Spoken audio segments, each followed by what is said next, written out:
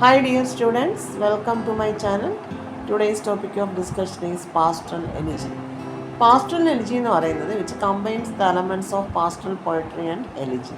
Pastoral പോയിട്രിയുടെയും എലിജിയുടെയും elements combine ചെയ്തു വരുന്ന പോംസിനെയാണ് പാസ്റ്ററൽ എലിജി എന്ന് പറയുന്നത്. അതിൽ പാസ്റ്ററൽ പോയിട്രിയുടെ കൺവെൻഷൻസ് യൂസ് ചെയ്യുന്നു which idealises rural life to express grief and mourning over a death. ഈ ഒരു പോമിൽ ഒരു ഷെപ്പേർഡാണ് ഗ്രീവ് ചെയ്യുന്നത്, ലമൻറ്റ് ചെയ്യുന്നത്, the loss of another shepherd. Okay, ഒരു ഷെപ്പേർഡ് അനദർ ഷെപ്പേർഡിന് വേണ്ടിയിട്ട് ലമൻറ്റ് ചെയ്യുന്ന പോംസിനെയാണ് പാസ്റ്ററൽ എലിജി എന്ന് പറയുന്നത്.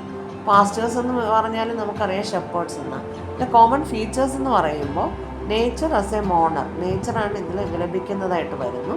അതുപോലെ the natural world is depicted as grieving alongside the shepherd. ഷെപ്പേർഡിനോടൊപ്പം ആരും ഗ്രീവ് ചെയ്യുന്നു, ലെമൻറ്റ് ചെയ്യുന്നു, നേച്ചുറൽ വേൾഡ്, അത് നേച്ചർ ലെമൻറ്റ് ചെയ്യുന്നു. പിന്നെ ഇതിൽ ഷെപ്പേർഡാണ് ഇതിൽ സ്പീക്കറായിട്ട് വരുന്നത്.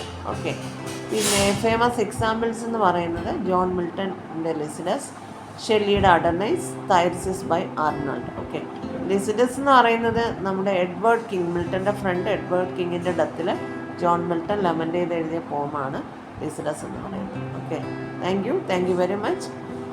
ഈ ഒരു പാസ്റ്ററൽ എലിജി എല്ലാവർക്കും യൂസ്ഫുൾ ആയിരിക്കും. Please subscribe my channel. Thank U.